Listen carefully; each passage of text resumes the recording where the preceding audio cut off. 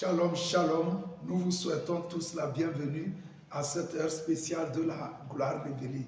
Aujourd'hui, nous avons pour thème « Tout m'appartient en Christ ». Nous lisons le psaume 23, le verset 1er.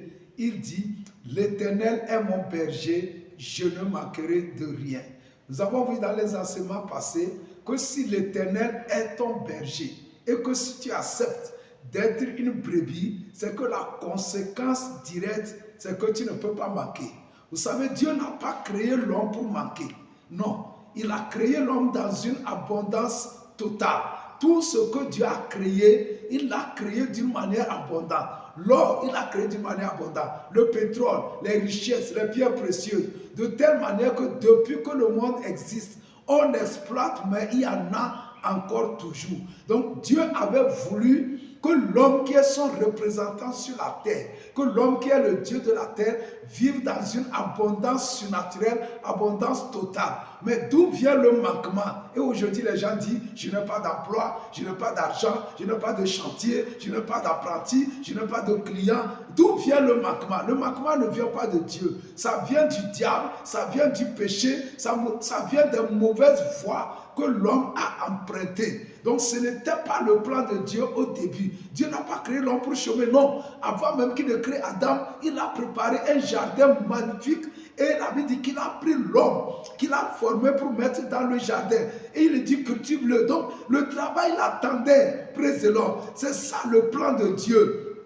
Avant qu'il ne te crée, il t'a déjà préparé un travail magnifique. Donc lorsque tu te convertis et tu deviens un croyant, tu dois comprendre l'idée originale de Dieu pour toi. Ce n'est pas que tu manques de quelque chose. C'est pourquoi David, de manière prophétique, il a compris cela. Il a déclaré aussi longtemps que je crois en Dieu, qu'il est mon berger et que je suis sa brebis, c'est que je ne peux pas manquer. David dit que c'est impossible pour moi de manquer de victoire, de manquer de bénédiction, de manquer d'argent, de manquer de gloire, de manquer de dignité. Ça fait que David a expérimenté ce que beaucoup de personnes n'arrivent pas à expérimenter. Qu'est-ce qu'il faut comprendre? Vous savez, lorsque l'homme a chuté, il est tombé dans le péché, il commence par manquer de santé, de joie, de paix et autres. Dieu ne s'est pas tué.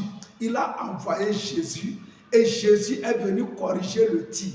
Jésus est venu mourir à la croix, verser son sang, se dépouiller de sa vie pour nous ramener à l'abondance et dans laquelle Dieu nous avait prédestinés. C'est pourquoi Jésus a dit dans Jean 10, les versets 10 et 11, il dit le voleur vient pour voler, tuer et détruire. Mais moi, je suis venu afin que les brebis aient la vie et qu'elles soient dans l'abondance. Je suis le bon berger donne sa vie pour ses brebis. Donc il a déversé sa vie à la croix, il a versé son sang parce que la vie se trouve dans le sang pour que nous, on puisse la récupérer. Et si vous lisez dans Colossiens 2, le verset 10, la Bible dit qu'en Christ, vous avez tout pleinement. En Christ veut dire, si tu as cru en Christ, le prix qu'il a payé à la croix, c'est que tout appartient légalement et pleinement. Tu ne peux pas manquer en Christ. Si tu manques, c'est que tu es charnel. Tu reviens dans la chair. Praise the Lord. Dieu t'a tout préparé en Christ. Praise the Lord. Et si nous lisons dans Isaïe 53, le prophète Isaïe a vu clairement ce que Jésus fera. Et il a prophétisé, il a raconté ce qui va se passer. Je vais lire quelques versets dans Isaïe 53. La Bible dit concernant Jésus que méprisé et abandonné des hommes, homme de douleur, habitué à la souffrance. Mais le verset 4 dit, cependant ce sont nos souffrances qu'il a portées. C'est de nos douleurs qu'il s'est chargé.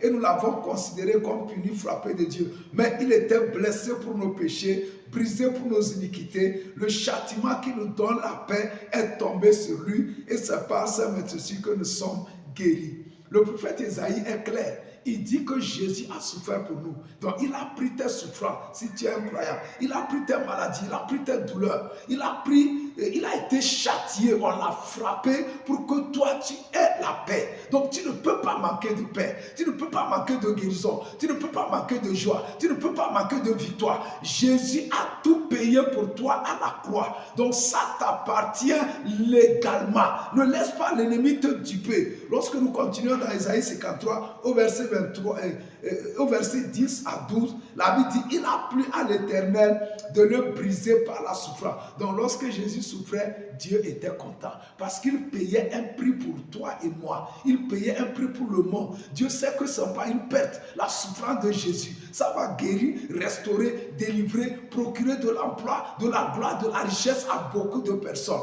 La Bible dit, il a plu à l'Éternel de le briser par la souffrance. Après avoir livré sa vie en sacrifice pour le péché, il verra une postérité et prolongera ses jours. L'œuvre de l'Éternel prospérera entre ses mains. À cause du travail de son âme, il rassasiera ses regards. Vous voyez? Donc, ce que Jésus a fait à la croix, sa souffrance émotionnelle et autres, la Bible dit que tous ceux qui vont tourner les regards vers eux, il va les rassasier. Il va les consoler, il va les relever, il va les bénir, il va les restaurer. Est-ce que tu es un croyant? Est-ce que tu crois en Jésus? L'ennemi n'a pas le droit de te maintenir encore dans la captivité. Dans ce mois, je prie pour toi que tu te lèves par la foi pour déclarer comme David, l'Éternel est mon berger, je suis Jésus, je crois en lui, il est en moi, je ne peux pas manquer. Tout m'appartient légalement en Christ. Proclame ce que Jésus a dit et pose des pas pour prouver que tu crois ce que tu dis. Que le Seigneur te bénisse. J'espère ton témoignage. Tu es béni au nom de Jésus. Amen, amen, amen.